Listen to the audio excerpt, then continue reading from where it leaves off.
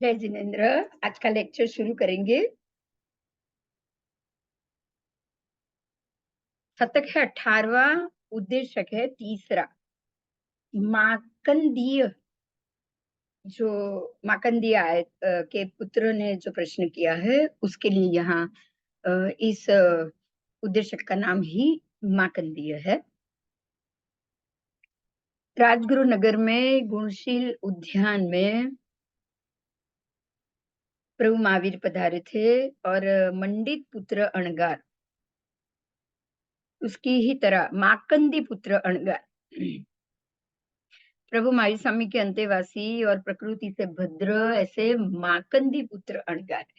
माकंदी पुत्र ने माकंदीय के पुत्र ने दीक्षा ली थी, वो अणगार थे और वो भी प्रभु के पास आए और उन्होंने प्रश्न किया कि हे प्रभु, कापोतलेशी पृथ्वी का एक जीव,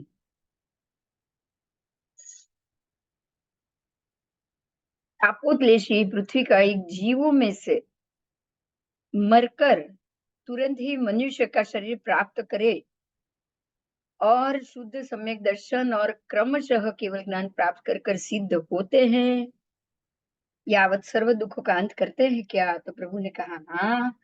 कापोतलेशी पृथ्वी का एक जीव, कापोतलेशी पृथ्वी का एक जीव में से वो मरे और वो मनुष्य तुरंत शरीर प्राप्त करे और शुद्ध सम्यक दर्शन उसी भव में क्रमशः केवल दर्शन प्राप्त कर कर वो सिद्ध हो सकते हैं। यहाँ प्रभु ने कहा है हाँ, हाँ माकंदी पुत्र, कापोतलेशी पृथ्वी का एक जीव इस प्रकार से कर सकता है। अगर कापोतलेशी है तो दूसरे ही मनुष्य का भव, दूसरे ही भव में वो मोक्ष जा सकता है। इसी तरह कापोतलेशी अब का एक जीव, वो भी मरने के बाद तुरंत मनुष्य शरीर प्राप्त करके शुद्ध सम्यक दर्शन द्वारा क्रमशः केवल ज्ञान प्राप्त करके सिद्ध हो सकता है, वो भी हो सकता है।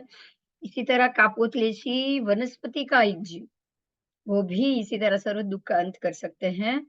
हमारे लिए ये जानना बहुत ही अच्छी बात है कि हम ये जानते हैं कि प्रभु के माता आदिनाथ भगवान की माता मरुदेवा माता, वो भी वनस्पति काय से ही, वनस्पति वो कापोतलेशी हो सकते हैं या उसके ऊपर के भी हो सकते हैं, लेशिया वाले उन्होंने तुरंत ही दूसरे ही भव में मनुष्य भव प्राप्त किया, उसी भव में शुद्ध सम्यक दर्शन प्राप्त किया। देखिए ये बहुत जरूरी है।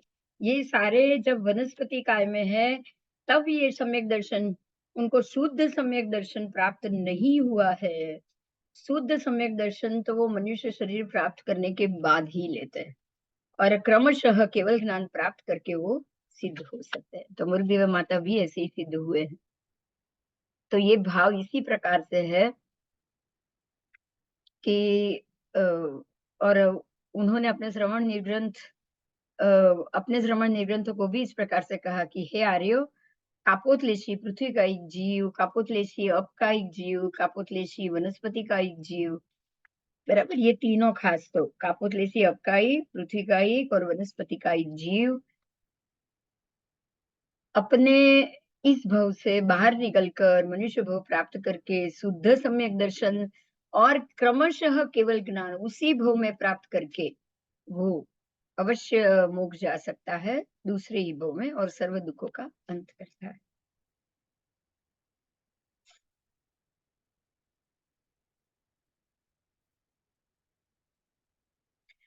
जिस प्रकार से ऐसा उन्होंने अपने आश्रमण आर्य को बताया, वो श्रवण निर्ग्रंथ होने माकंदी पुत्र अणगार की बातों पर, ये प्ररूपणा पर रुचि नहीं की, उनको ये विश्वास नहीं बैठा और श्रद्धा प्रतीति रुचि ना होने से वो प्रभु महावीर के पास आए और उन्होंने पूछा कि ये माकंदी पुत्र अणगार ने हमको कहा है, बताया है, प्ररूपणा की है कि कापोतलेशी पृथ्वी का एक, कापोतलेशी कप का एक, कापोतलेशी वनस्पति का, ये तीन ही, कापोतलेशी पृथ्वी का है, कापोतलेशी अप का है, कापोतलेशी वनस्पति का, मरने के बाद तुरंत मनुष्य जन्म प्राप्त करके उसी भव में सर्व दुख का अंत करते हैं। क्या ये सच बात है? तब प्रभु ने कहा कि इसी प्रकार से कि हाँ ये सच है, कापोतलेशी पृथ्वी का है, अप का है और वनस्पति का, तीनों अगर कापोतलेशी जीव है तो दूसरे ही भव में वो मनुष्य भव प्राप्त करेंगे और उसी भव में वो सम्यक दर्शन प्राप्त करके और क्रमशः शुद्ध सम्यक दर्शन के बाद क्रमशः वो केवल ज्ञान को भी प्राप्त कर लेंगे और वो उसी भव में मोक्ष जा सकते हैं। आइए, तो ये कथन सत्य है, प्रभु कह रहे हैं ये कथन सत्य है और सब श्रवण भगवान खुश हो गए। उन्होंने प्रभु को आप कहा कह रहे हैं तो सत्य ही है, ऐसा ऐसी श्रद्धा की और वो फिर से अपने गुरु के पास आए, माकंदी अणगार के पास, माकंदी पुत्र अणगार के पास, और उनको भी उन्होंने हाथ जोड़कर क्षमा मांगी कि हमने आप पर संदेह किया और इस प्रकार से उन्होंने भी विनय पूर्वक सम्यक प्रकार से बार बार क्षमा याचना। तो पृथ्वी पानी वनस्पति 3, पृथ्वी पानी वनस्पति के जीव मरकर दूसरे ही भव में मोक्ष जा सकते हैं। ये सबसे महत्व का मुद्दा था। अग्नि और वायु के जीव मरने के बाद इस प्रकार से दूसरे ही भव में मनुष्य नहीं हो सकते और मोक्ष प्राप्त नहीं कर सकते, बराबर। इसलिए ये यहाँ बताया ही नहीं है, मात्र पृथ्वी, मात्र अप और मात्र वनस्पति। आइए, अब उस माकंदी पुत्र अणगार अपनी उत्थान शक्ति से उठे, उन्होंने प्रभु के पास आए, वंदन नमस्कार किया और प्रश्न पूछा, हे प्रभु, सर्व कर्मों को वेदते हुए, सर्व कर्म की निर्जरा करते हुए, सर्व मरण से मरते हुए और सर्व शरीर को छोड़ते हुए तथा चरम अंतिम कर्म को वेदते हुए, चरम कर्म की निर्जरा करते हुए और चरम मरण से मरते हुए, चरम शरीर को छोड़ते हुए और मरणांतिक कर्मों को वेदते हुए, मरणांतिक कर्मों को निर्जरा करते हुए, मरणांतिक मरण से मरते हुए, मरणांतिक शरीर को छोड़ते हुए, ये सब क्रिया उस मरणांतिक शरीर छोड़ने वाले कर्म निर्जरा कर रहे हैं, ऐसे श्रवण भगवान की बात है। ऐसे भावितात्मा अणगार उसके जो चरम निर्जरा के पुद्गल होते हैं, क्या वो पुद्गल सूक्ष्म होते हैं? इतनी सारी निर्जरा करने के बाद जो चरम पुद्गल बाकी रह गए, वो क्या सूक्ष्म है? क्या वो पुद्गल समग्र लोग को अवगाहन करके रहे हुए हैं, जो अंतिम पुद्गल है वो? तब प्रभु कह रहे हैं कि हाँ, वो भावित आत्मा अणगार के वो चरम निर्जरा के पुद्गल सूक्ष्म ही होते हैं और वो समग्र लोक को अवगाहन करके होते हैं। यही कारण है शायद कि अंतिम समय में जब केवली समुद्घात होता है, तब समग्र लोक को अवगाहित होकर ही केवली समुद्घात किया जाता है।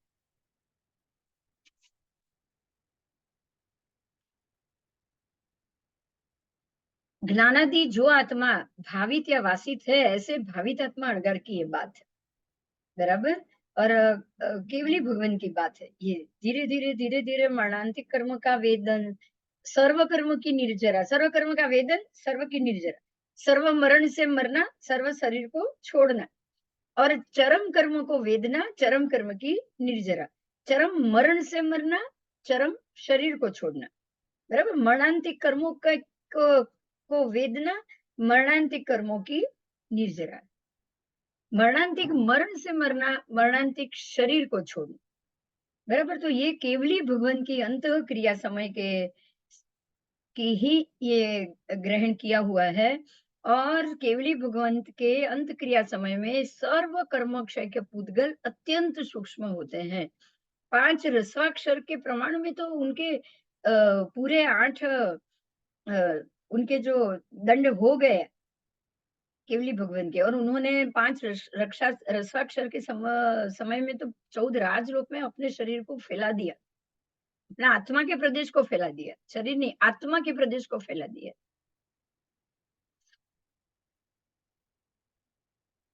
और 5 रसाक्षर में तो उन्होंने भोग कर खत्म भी कर लिए। तो ये सर्व कर्म क्षय के पुद्गल अत्यंत सूक्ष्म होते हैं, इसीलिए वो समग्र लोक में व्याप्त हो सकते हैं। बराबर। आइए, सर्वकर्म वेदन, उसके जो शब्द है वो ले रहे हैं। सर्वकर्म, 4 तो उनके हो चुके हैं क्षय, अब बाकी के 4 की बात है, तो अब सर्वकर्म वेदन हो गया। वेदनीय, आयुष्य, नाम, गोत्र 4 ही बाकी है, तो वो 4 के सर्व कर्म का वेदन शुरू हो गया है। और वेदन करते-करते सर्व कर्म की निर्जरा भी हो गई।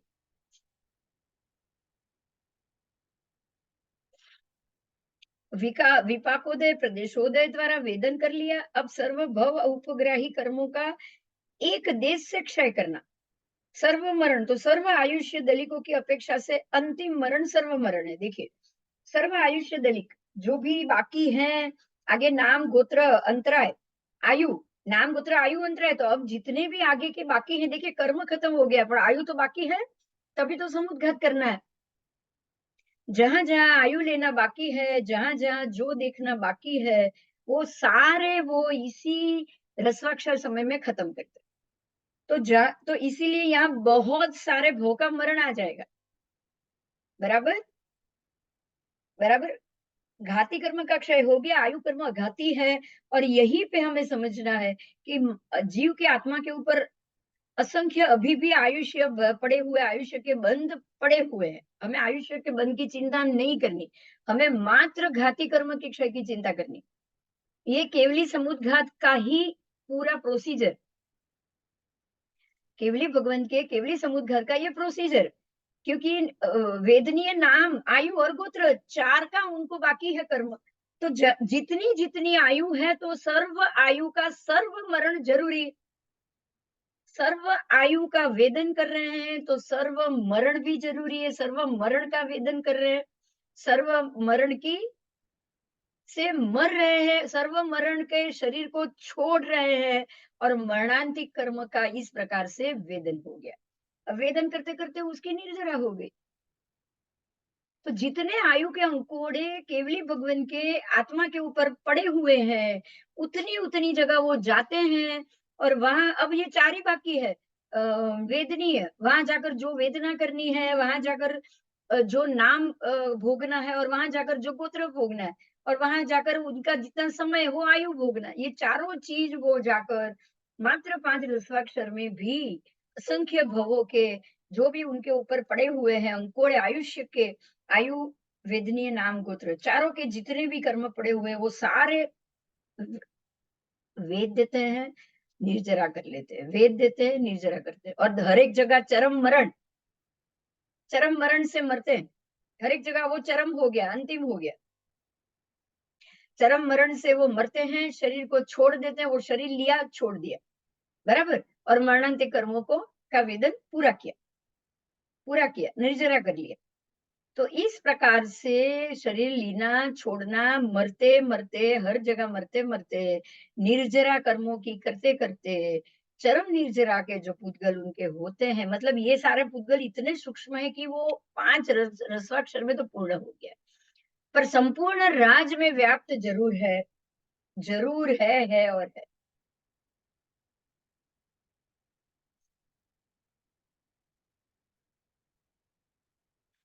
बराबर।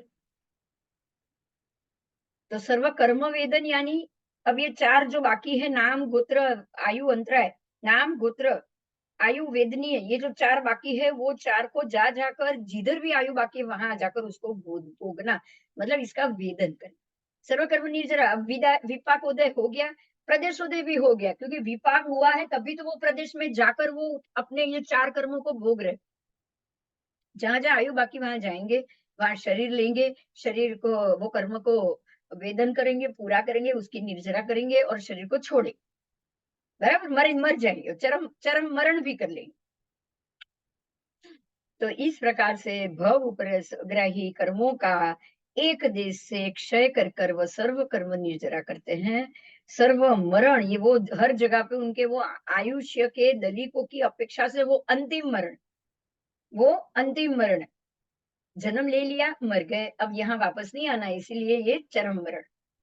शरीर त्याग, जो भी सर्व अर्थात स्थूल, सूक्ष्म समस्त शरीरों का त्याग, वहां जाकर उन्होंने सूक्ष्म कर्म, सूक्ष्म बाकी सूक्ष्म शरीर भी धारण कर लिया है। और क्योंकि उनका स्थूल शरीर तो यहाँ पड़ा हुआ है केवली भगवान, स्थूल शरीर से तो वो केवली भगवान, इसलिए सूक्ष्म शरीर लेते हैं, भोगते हैं, आयु पूर्ण करते हैं और दूसरी जगह पहुंचेंगे। ऐसे समस्त राज में 14 राजलोक को अवगाहन करके वो अपने इस प्रकार से आयु, चरम आयु पूर्ण करते हैं। बराबर। मरणांतिक कर्म वेदन निर्जरा। अब यहाँ ये भी बात है, आयुष्य क्षय रूप मरण आ गया तो मरणांतिक तो हो गया। अंतिम मरण, अंत में मरण आ जाए वहां तक के सारे कर्म क्षय कर लिए, इसलिए चरम निर्जरा है। अब यहाँ वापस नहीं आना है उनको। आइए, तो इस प्रकार से क्या ये शक्य है? प्रभु ने कहा, हाँ माकंदीय पुत्र, भवित आत्मा अणगार के जो वो उस चरम निर्जरा के पुद्गल जो सूक्ष्म है और जो समस्त समग्र लोक को अवगाहन करके रहा है, उसी पुद्गलों के, सूक्ष्म पुद्गलों को वह जीव समस्त शरीर को, समस्त मरण, समस्त कर्मों का वेदन, फिर उसकी निर्जरा, फिर समस्त मरण से मरना, फिर उस शरीर को छोड़ना और मरना, फिर चरम कर्म को वेदना, वेदन, फिर चरम कर्म की निर्जरा, चरम मरण से मृत्यु, निर्जरा हो गई, अब चरम मरण से मृत्यु, है ना, चरम शरीर को छोड़ना, मरणांतिक कर्मों को वेदना, मरणांतिक कर्मों की निर्जरा करना, मरणांतिक कर्म से मरना, मरणांतिक कर्म शरीर को छोड़ना। इस प्रकार से भवित आत्माणगार चरम निर्जरा के जो पुद्गल, सूक्ष्म पुद्गल है, जो समस्त लोक को अवगाहित करके रहे, उन सबको खत्म करते हैं, केवली समुद्घात करते हुए।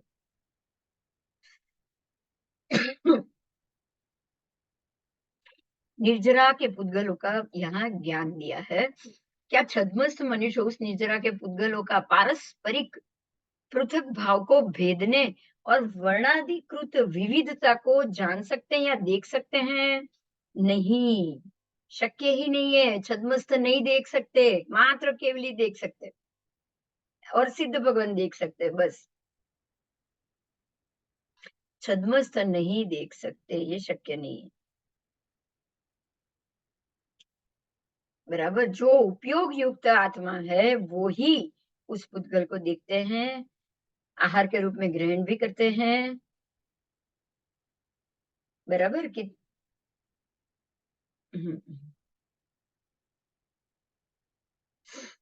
हे प्रभु, क्या नारकी के जीव उस चरम निर्जरा के पुद्गलों को जानते, देखते हैं, आहार रूप से ग्रहण करते हैं? ना, वो भी दाय देखते और जानते नहीं ही, परंतु आहार के रूप में जरूर ग्रहण करते हैं।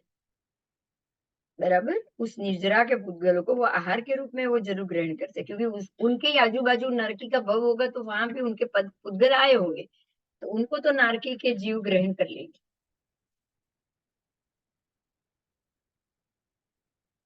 देव भी नहीं ग्रहण कर सकते। ऐसे ही पंचेंद्रिय तिर्यंश योनि भी उसको ना देख सकते हैं, ना ग्रहण कर सकते। क्या मनुष्य देख सकते हैं? कि कुछ मनुष्य देख सकते हैं और आहार रूप में ग्रहण भी करते हैं, कुछ जानते नहीं, कुछ देखते नहीं, कुछ जानते देखते नहीं लेकिन आहार रूप से जरूर ग्रहण करेंगे, क्योंकि उनके आसपास ही उनका भव खत्म होगा। कहीं भी हमारे आसपास भी अगर उनका भव खत्म हो रहा है, हमको नहीं पता, और हम श्वास में उनके पुद्गल ले लेंगे, उनके ही छोड़े हुए, तो वो तो हमारे अंदर आ गया, तो हमने पुद्गल तो ग्रहण कर लिया। हम जान नहीं सकते, देख नहीं सकते, लेकिन हम उनके पुद्गल जरूर ग्रहण करेंगे।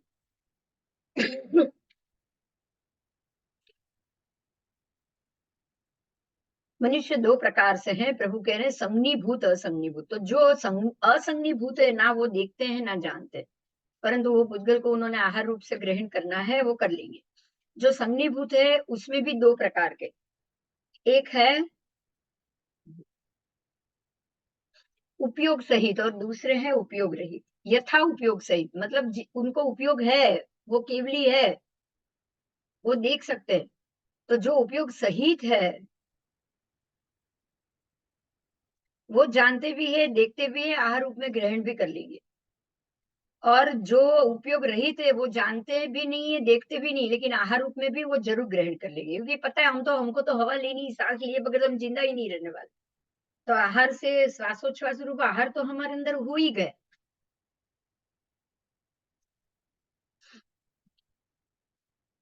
बराबर? तो मनुष्य में है ऐसा, जो केवली है, तो वो देख सकते हैं। पर व्यंतर देव, ज्योतिषी देव, वैमानिक देव या नारकी के जीव या तिर्यंज के जीव या वनस्पति काय आदि कोई भी ना देख सकता है, ना जान सकता है, मात्र आहार के उपयोग में ले सकता है। अब वैमानिक में 2 प्रकार के देव है, वैमानिक में भी 2 प्रकार के देव। माई मिथ्या दृष्टि, अमाई सम्यक दृष्टि। अमाई सम्यक दृष्टि, तो जो माई मिथ्या दृष्टि जीव है, वो इस निर्जरा के पुद्गल को ना देखते हैं, ना जानते, परंतु आहार रूप में जरूर ग्रहण करते हैं।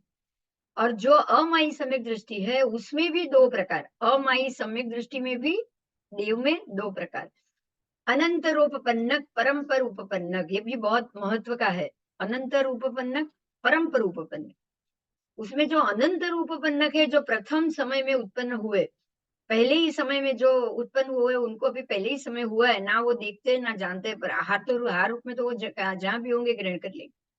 और जो परम्पर उपपन्नक है, उसमें भी 2 प्रकार, पर्याप्ता, अपर्याप्त। जो अपर्याप्त है वो ना देखते हैं ना जानते हैं, परंतु वो आहार के रूप में ग्रहण करते हैं। मगर पर्याप्तता के भी और 2 प्रकार। देव में भी पर्याप्तता, पर्याप्तता में भी उपयोग सहित, उपयोग रहित अलग, उपयोग सहित। तो पर्याप्तता में भी जो उपयोग सहित है, वो उनको जानते हैं, देखते हैं, आहार रूप में ग्रहण करते हैं, क्योंकि देवों को अवधि ज्ञान जरूर है।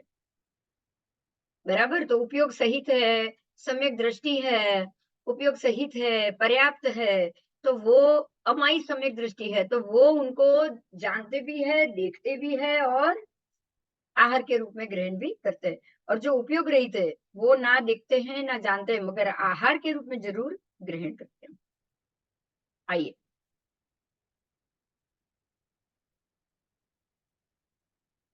कर्म निर्जरा हुए पुद्गल संपूर्ण लोक में व्याप्त होते हैं, इसलिए केवली भगवान तो जानते ही है, परंतु छद्मस्त जीवों में जो विशिष्ट अवधि ज्ञानी और उपयोग सहित है, वो जीव सूक्ष्म निर्जरा के पुद्गल और उसमें रही हुई तारतम्यता के विविधता को भी जान सकते हैं, देख सकते हैं। अन्य जीव उसको नहीं जान सकते। इसीलिए 24 दंडक के जीवों में से नारकी, 10 भवनपति, 5 स्थावर, 3 पिछलेंद्रिय, 3 पंचेंद्रिय, व्यंतर देव, ज्योतिष्क देव, उन लोगों को विशिष्ट अवधि ज्ञान नहीं होने के कारण वो उस सूक्ष्म भूतगल को ना जान सकते हैं ना देख सकते। मनुष्य में जो विशिष्ट अवधि ज्ञानी और उपयोग सहित जो होते हैं, उपयोग सहित केवल ज्ञानी, विशिष्ट अवधि ज्ञान, वो उसी भव में मोक्ष जाने वाले, वो सूक्ष्म निर्जरा के पुद्गलों को देख सकते हैं, जान सकते हैं। वैमानिक देवों में भी जो सम्यक दृष्टि है, जो परम्पर उत्पन्नक है, पर्याप्त और विशिष्ट अवधि ज्ञान के उपयोग युक्त देव हैं, वो ही इस सूक्ष्म निर्जरा के पुद्गलों को जान सकते हैं, देख सकते हैं। बराबर? आहार रूप में ग्रहण, 24 दंडक के जीव उस चरम निर्जरा के पुद्गलों को आहार रूप में ग्रहण करते हैं, क्योंकि जीव को कोई भी पुद्गल और उसके ग्रहण में ज्ञान की आवश्यकता नहीं होती है। मेरे आसपास जो पुद्गल है, मुझे ग्रहण करना है, जो भी आएगा वो मैं ग्रहण करूँ। अगर मेरे आसपास कोई ऐसा केवली भगवान ने समुद्घात किया है, क्योंकि वो तो 14 राजलोक में उनके अपना आत्मा प्रदेशों को फैलाएंगे, तो मेरे ही बाजू में, मेरे ही पास में, मेरे मेरे मेरे ही शरीर को छूते हुए उन्होंने अपने आत्म प्रदेश दंडाकार फैलाए, तब यहाँ आए थे। अब जब वो यहाँ आए थे और उन्होंने अपने जो भी यहाँ पुद्गल छोड़े हैं, जन्म भी लिया और पुद्गल भी छोड़ दिए, तो उस वो मुझे स्पर्शित जरूर होंगे। मैं हवा लूंगी, सांस लूंगी, जैसे ही स्पर्शनेन्द्रिय से भी होगा और घ्राणेन्द्रिय से भी होगा, उनकी सुगंध भी मेरे आसपास आएगी। और जैसे ही वो मैं लूंगी, तो मैंने उनको आहार में जरूर लिया। अगर उनकी स्मेल भी अगर मैं ले रही हूँ घ्राणेन्द्रिय से, तो मैंने उनको आहार में लिया। कभी कभी हमें अपने पास बहुत कुछ समय तक सुगंध सुगंध रहती है, इसका ये भी कारण, हमें पता ही नहीं हमारे आसपास कोई जीव केवल ज्ञानी जीव आकर समुद्घात करके चले गए, हमें नहीं पता। 14 राजलोक में जा रहे तो यहाँ भी तो आएगा ही आएगा, आएगा ना। केवली होंगे अभी माँ भी देखे, लेकिन जब वो केवल ज्ञान को प्राप्त करेंगे तो वो संपूर्ण 14 राजलोक में अपने आत्म प्रदेशों को दंडाकार तो जरूर अवश्य फैलाए। तो यहाँ हमारे पास भी उनको आना ही आना है। भरत ऐरावत से मोक्ष नहीं, अलग बात है, लेकिन केवली भगवान के जो दंडाकार शरीर का जो फैलाना है पूरे 14 राजलोक में, वो तो उनको यहाँ तो फैला नहीं फैला।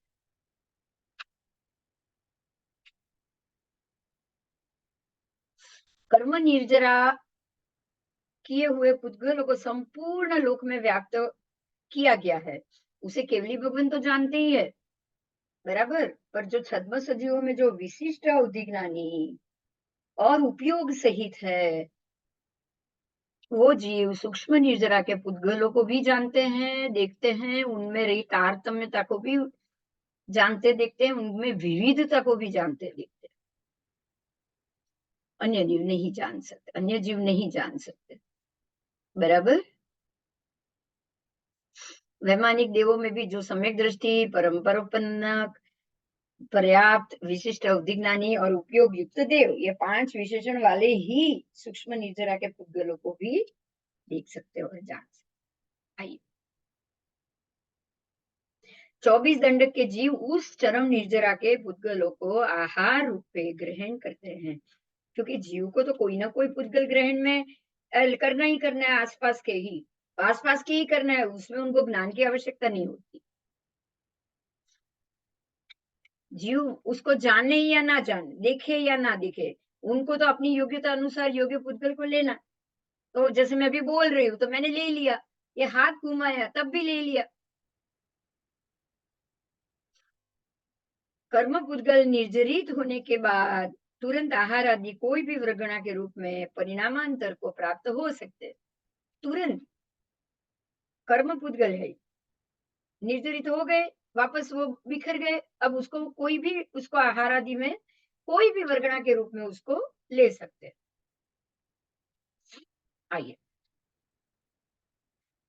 द्रव्य बंध भाव बंध, अब आप अच्छे से समझ गए होंगे ये बात। ये केवली समुद्घात की पूरी रीत थी। द्रव्य बंध भाव बंध, बंध के कितने प्रकार? बंध के 2 प्रकार, द्रव्य बंध और भाव बंध। द्रव्य बंध के कितने प्रकार? हे माकंदीय पुत्र, द्रव्य बंध के 2 प्रकार। अभी भी माकंदी पुत्र प्रभु से प्रश्न कर रहे हैं। प्रयोग बंध और विस्रता बंध, ये हमने पहले कर लिया है। ये द्रव्य बंध के प्रकार। द्रव्य आत्मद्रव्य है, आत्मद्रव्य में 2 प्रकार का बंध, एक प्रयोग बंध, एक विस्रसा बंध। विस्रसा यानी स्वाभाविक बंध, ये हमने पहले किया हुआ, अभी याद कर लेते।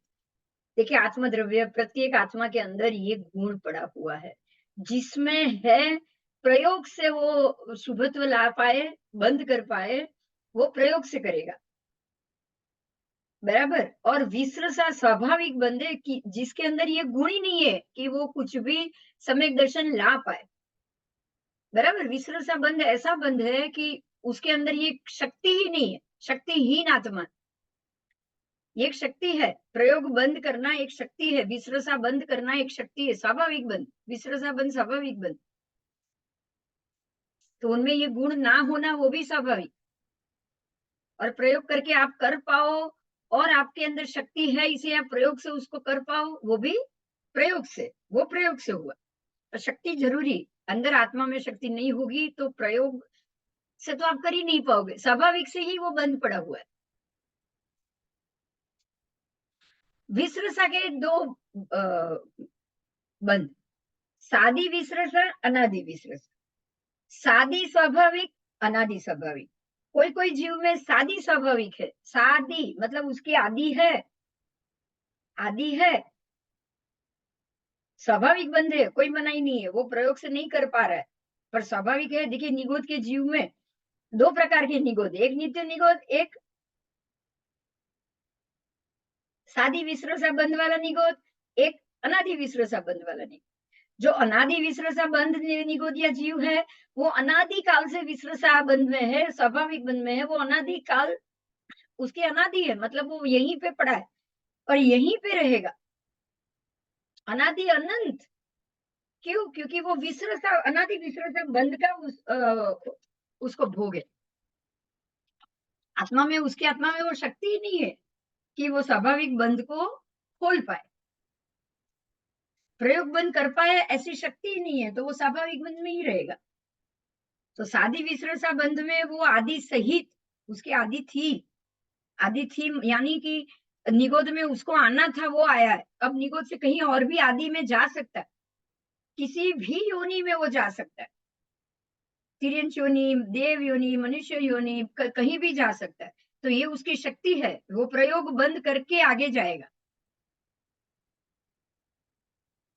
विसरसा बंध के इसलिए ये दो प्रकार बोले, एक अनादि है जो यहाँ ही है, और सादी है जो यहाँ से कहीं और भी गया है, जा सकता है, आ सकता पर है विसरसा, प्रयोग नहीं है, वो प्रयोग नहीं कर पाएगा, वो प्रयोग से कुछ नहीं कर पाएगा, मात्र आ जा सकता है, किसी और योनि में भी जाए फिर वापस आए।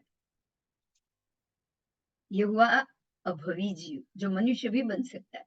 लेकिन सादी विसरसा है, स्वाभाविक बंध है, वो अपने अपने अंदर वो शक्ति नहीं है उसके अंदर कि वो आत्मा के गुणों को खोल पाए। प्रयोग बंध के दो प्रकार, प्रयोग बंध के दो प्रकार, एक शिथिल प्रयोग बंध, एक गाढ़ प्रयोग बंध। प्रयोग बंध के दो है, एक है शिथिल, एक है गाढ़।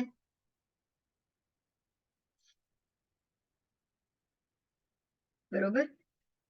शिथिल बांधना प्रयोग से, प्रयोग है, राग द्वेष मैं कर रही हूँ, मेरी आत्मा कर रहे हैं राग और द्वेष के, मैं प्रयोग कर रही हूँ। प्रयोग यानी क्रिया कर रही हूँ, राग की क्रिया मैंने की, तो मैंने या तो शिथिल बांधा राग कर्म, या फिर गाढ़ बांधा।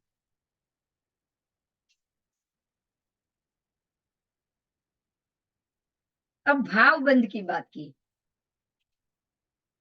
भाव बंध के कितने प्रकार?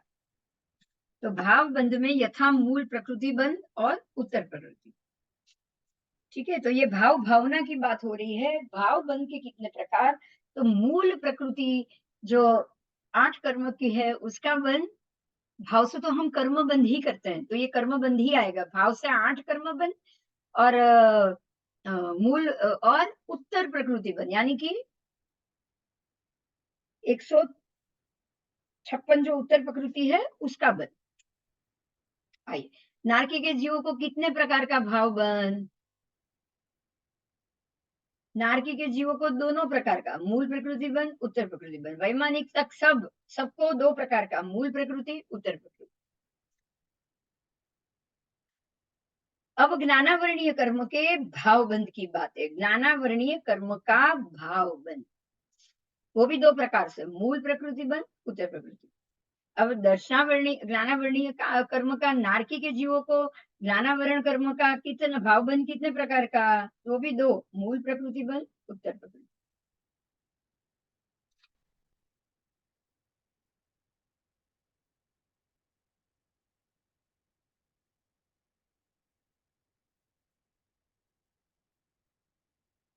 आइए, तो आपने अभी पूतगल द्रव्य के बंध की प्रमुखता से द्रव्य बंध को जाना। जीव को होने वाले कर्म बंध की मुख्यता भाव बंध से ही होती है। अगर भाव भावना में अगर आप शिथिल है, तो वो कर्म बंध शिथिल हो जाएगा, और भाव भावना में अगर आप तीव्र हो, राग तीव्र है, द्वेष तीव्र है, तो निकाचित गाढ़ बंद हो जाएगा। द्रव्य बंध, भाव बंध, ये दोनों को समझना है, बराबर। द्रव्य बंध भी और भाव बंध भी। जैसे द्रव्य बंध के दो प्रकार बताए, प्रयोग बंध, विसर्जन बंध, ऐसे भाव बंध के भी आपको दो प्रकार बताए, मूल प्रकृति बंध, उत्तर प्रकृति बंध। अब आपको ये सबको जोड़ना है। भाव से आप या तो मूल बांधोगे या उत्तर बांध, भाव से आप ये दो ही बांधोगे। और द्रव्य से या तो आप उसको गाढ़ी बांधोगे या शिथिल बांधोगे, द्रव्य से। भाव से तो आप सारी बांधोगे, 156 भाव में तो सारी प्रकृति आ गई। अब द्रव्य से अगर आपने शिथिल बांध ली, तो शिथिल तब बांधोगे जब भाव शिथिल होगा, बराबर। भाव अगर शिथिल हुआ तो ही आप उसको शिथिल बांधोगे। भाव अगर आपके उग्र हो गए, राग द्वेषादि भाव अगर उग्र हो गए, तब आप ये प्रकृति गाड़ी बांधोगे। तो मुख्यतः से कर्म बंध का कारण है भाव बंध। भाव जैसा आपका तीव्र होगा, राग तीव्र, क्रोध तीव्र, सब तीव्र। चंडकोशी की बात हमने देखी थी। प्रत्येक भव भव में क्रोध की तीव्रता होती गई, होती गई, होती गई, तो वो गाढ़ प्रयोग बंद वो करते गए, करते गए।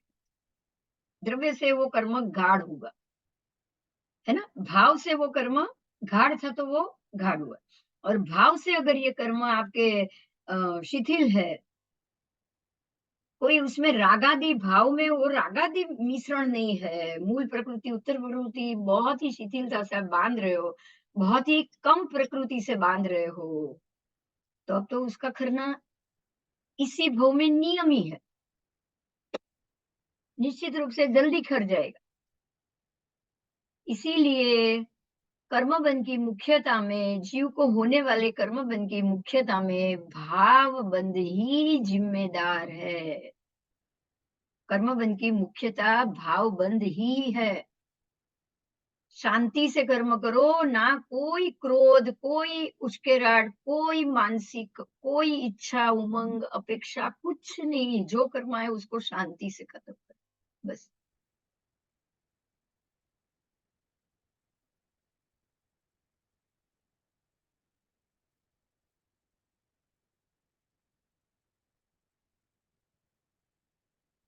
अगर किसी पदार्थ को आप लाख से चिपकाओ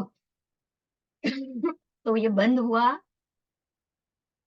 द्रव्य बंद, है ना। पदार्थ को अगर आप लाख से चिपका रहे हो तो वो द्रव्य बंद हुआ। तो या तो आपने शिथिल किया या आपने गाढ़ किया। और अगर उसी को अगर आपने वो पानी से चिपकाया है ऊपर, तो शिथिल क्यों, पानी जैसे ही सूखेगा वो निकल जाए।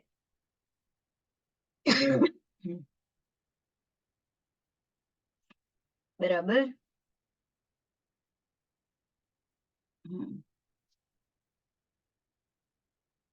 आइए, गाड़े के ऊपर अगर घास रखोगे तो शिथिल बन, क्योंकि वो तो आप कभी भी आसानी से उठा सकते हो। और गाड़े के ऊपर आप तेल रखोगे, तेल डालोगे तो गाढ़ बन, क्योंकि वो धीरे धीरे धीरे करके चिपक जाएगा, ऐसा अंदर उतर जाएगा और चिपक जाएगा, घास नहीं उतरने वाला। तो ये हुआ प्रयोग बंद। अप्रयोग ही कर रहे हो, अप्रयोग ही कर रहे हो। अब विसर्षा जो स्वाभाविक बंध है उसकी बात, तो वो भी सादी और अनादि दो है। बादल अगर दो बादल अगर परस्पर में एक के साथ एक बंद हो रहा है तो वो विसर्षा, वो स्वाभाविक है। वो आप कर रहे हो या कोई और कर रहा है ऐसा नहीं है।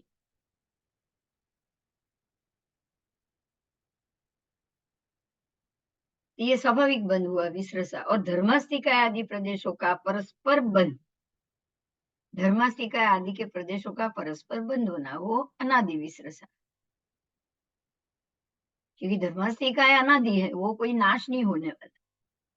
और बादल नाशवंत है, वो सादी है, उसकी उसका उदय भी है और उसका अंत भी है। ठीक है। तो मिथ्यात्व या सम्यक दर्शन या ज्ञानावरण या दर्शनावरण आदि भावों के साथ, ये भाव है, ये गुण है, आत्मा के गुण है, वो गुण के साथ, भावों के साथ यदि जीव का किसी कर्म से बंद हो जाए तो उसको भाव बनता है। जैसे आपकी लेशिया, वही लेशिया वही भाव, समझ लीजिएगा। जो भी गुण वही भाव।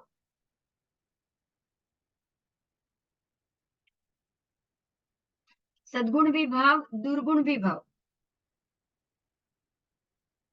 मित्रता भी भाव, शत्रुता भी भाव।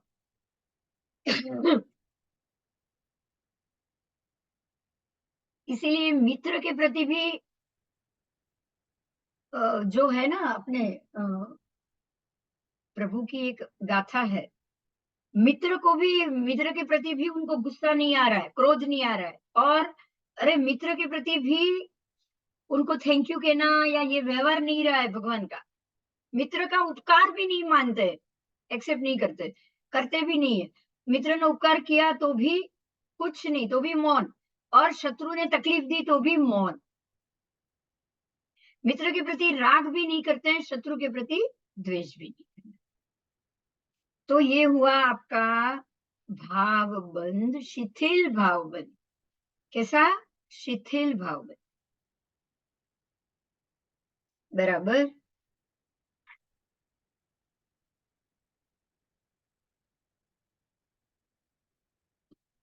तो बिना एक भी मूल या उत्तर प्रकृति के बगैर आप शांत होकर संभाव से कर्म खत्म करो तो ही वो कर्म लगेगा। नहीं मतलब कि आपको 156 उत्तर प्रवृत्ति का भाव बंध में कहीं भी उपयोग नहीं करना है।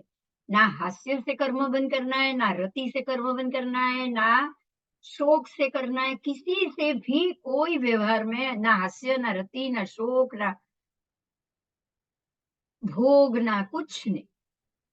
बराबर। ना अरति, कुछ नहीं चाहिए।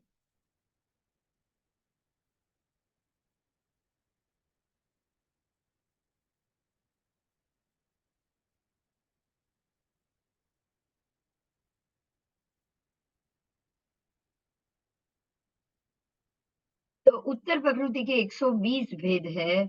जीवों की योग्यता के अनुसार कर्म प्रकृतियों का बंध होता है। ठीक है, तो जो भेद प्रभेद है उसका यहाँ यंत्र बताया गया है। अब इसी चीज को आप फिर से एक बार देख लो। बंध, बंध दो प्रकार, द्रव्य बंध, भाव बंध। अब द्रव्य बंध में दो प्रकार, प्रयोग बंध, विश्रसा बंध। ठीक है, भाव बंध के भी दो प्रकार। जीव के परिणामों में परिणाम से होता कर्म बंध की बात है ये। तो मूल प्रकृति बंध, उत्तर प्रकृति बंध, क्योंकि वही तो परिणाम, परिणाम में जो आपकी भाव भावना लेशिया क्या है वो वही बताएगा। सम्यक दर्शन है, मिथ्या दर्शन है, आपकी सोच कैसी है, ये सब वही बताएगा। सारे उत्तर प्रकृति और मूल 8 है, उत्तर प्रकृति 120, 156 है नाम कर्म और सबके गिन के, तो वो सब आ गई। अब जो आपके जो प्रयोग बंध था उसके भी दो भेद, विश्वसा के कोई नहीं है, वो तो स्वाभाविक है, तो वो तो हो गया। पर प्रयोग बंध के और दो भेद, शिथिल बंध और विश्रसा बंध। फिर से, फिर से विश्रसा बंध, स्वाभाविक बंध। बराबर। रथ चक्र वो नेमी बगैर तो रथ होगा ही नहीं, तो वो स्वाभाविक बंध। शिथिल बंध कैसे? तो घास के पूले पूरा रखा है, वो शिथिल बंध। और घाड़ बंध, घाड़ बंध आएगा, क्या आएगा? शिथिल और घाड़ बंध। और जो विश्रसा बंध है उसमें उसके दो भेद, सादी विश्रसा, अनादि विश्रसा। तो सादी विश्रसा है क्या है? जैसे मेघ धनुष, जैसे बादल आदि, कैसे हो उसकी आदि है, अंत भी है। पर धर्मासिकाय के साथ अगर आपका भेद आ गया तो अनादि विश्रसा। ठीक है, तो इस प्रकार से आपको भेद बताए, द्रव्य के भेद, भाव के भेद आपको बताए। अब है पाप कर्म में भेद। जीव ने जो पाप कर्म किया है, करेगा, कर रहा है, उसमें क्या भेद है? अंदर अंदर भेद है वो कर्म में। प्रभु कह रहे हैं हाँ माकंदीय पुत्र, उसमें भी परस्पर भेद है। कैसे? तो हे माकंदीय पुत्र तू सुन, जिस प्रकार से कोई पुरुष धनुष को ग्रहण करे और फिर बाण को ग्रहण करे, उसे धनुष के ऊपर चढ़ाकर कान तक खींचे और आकाश में तीर छोड़े, तो क्या वो आकाश में ऊपर छोड़े हुए बाण का कंपन, गति आदि क्रिया और परिणाम में भेद होता है? एक के बाद देखो, उसने तीर छोड़ दिया तो जब छोड़ा तब से लेकर ऊपर तक कंपन, गति सब में भेद हुआ ना। पहले स्पीड था, फिर धीरे धीरे जाते जाते स्लो हो जाता है और फिर गिर जाता है। तो इसी प्रकार प्रभु कह रहे हैं कि उस कर्म के परिरूप, कर्मों के उस रूप के परिणमन में भी भेद है।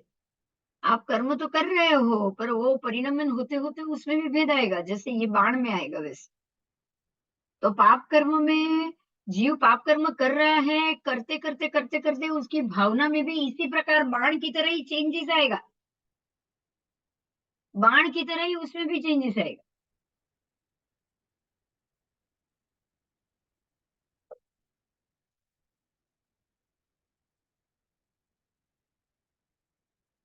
जिस प्रकार से प्रयत्न की तरतमता, बाण फेंका है तब उसकी जो वो फेंकने के जो प्रयत्न था, उसकी तरतमता के आधार पे उसके कंपन में तरतमता आती है, उसी प्रकार से एक पुरुष के त्रिकालिक परिणामों में तीव्रता, मंदता आदि भेद रूप आता है, इसीलिए कर्मों में भी भेद होता है। मतलब आप रोज जो पाप कर्म कर रहे हो, कर्या कल भी करोगे, आज अभी चालू है, पहले भी किया है, उसमें भी परस्पर भेद है। एक ही है भोग कर्म, लेकिन उसमें भी हर बार भेद।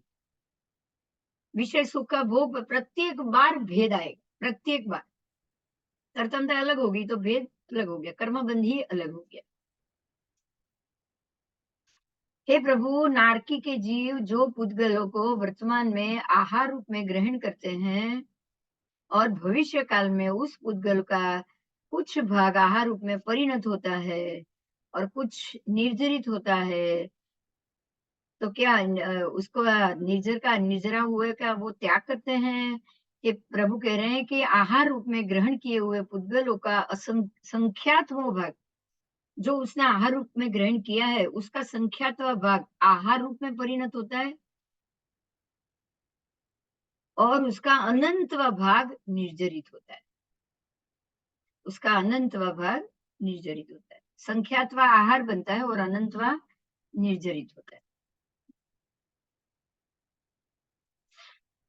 कोई पुरुष निर्जरा के पुद्गल पर बैठ सकता है, सो सकता है, खड़ा रह सकता है। प्रभु कह रहे हैं माकंदी पुत्र, ये संभव नहीं है। आहार रूप में गृहित पुद्गलों का संख्यात्वा भाग आहार रूप में परिणत होगा और उस परिणत हुए आहार का अनंतवा भाग निर्जरित होगा, क्रमशः क्षीण होगा और होता रहेगा। निर्जरा पुद्गल अत्यंत सूक्ष्म परिणत होने से कोई भी वस्तु आहारभूत हो नहीं सकता, उसके ऊपर सोने बैठने से कोई क्रिया नहीं होती। हाँ, एक मिनट, अब दूसरा एपिसोड करेंगे। जय जी ने।